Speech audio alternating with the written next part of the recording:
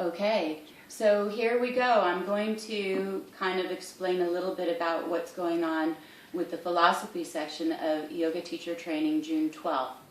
We will be learning Samkyha Philosophy.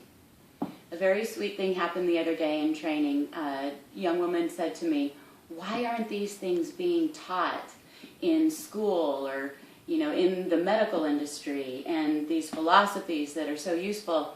And basically, yoga had to be introduced to the West, and Patanjali's Yoga Sutra is how to live your life, the do's and the don'ts, for the philosophy of Samkhya to be really understood and adopted, because they kind of develop alongside each other. Samkhya means numbers, or to enumerate, and it basically is a prehistoric philosophy. We don't really know exactly when it came down the line, but settled in the East and is predominant in the Hindu and Buddhist philosophies. It really kind of wove into the Vedic system, but it is still separate from the Vedic system, and it has to do with this understanding of everything springing out of the emptiness or the nothingness of Om. Okay, so Om is this vibration or nod, movement, sound current, and through that, this combination of Purusha, which is the sort of the pure consciousness, pure static, doesn't move, like pure light or pure energy, all the potential that is,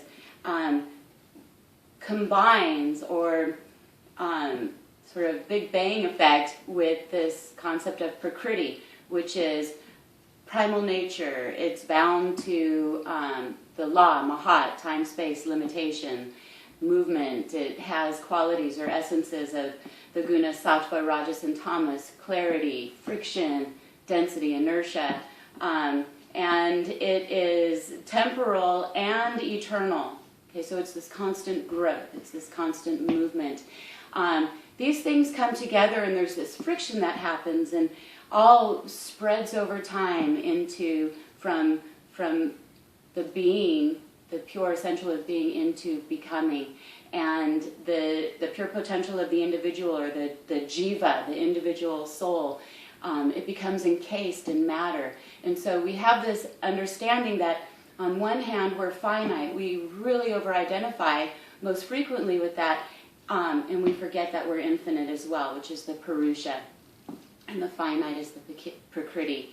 And so pure potential comes into being, and through the conditioning, because Prakriti is basically like a computer system. It's on a program, and it keeps rolling out like through lineages. And it's springing forth and moving forward like an automaton. And it kind of gets bound at that time to manas, which is like the intellectual mind, and chitta, which is the heart-mind connection, and karma at that point, and which we call the ahankara, or the egoic trance we're in. But all springs out from the five elements, the mahabhutas, which is space, and space needs some sort of vehicle to experience itself in this finite form, so that space ties in with sound and the sound rolling out, which we need to have some sort of vessel for this to be able to be understood, which is the ears and the mouth, and helps our experience of that. And so it goes down the elements such as air and fire and so on and so on. So this is a little bit of what we're going to be learning. It's kind of in a nutshell. It's really fast. Samkhya is a very artistic philosophy. It's a feeling-based philosophy. It teaches you the whys. The 8 limbs of yoga teach you how to get to the final place, which is moksha, meaning liberation or total equanimity, remembering that we are infinite and we are in a finite body. Namaste. Have a good day.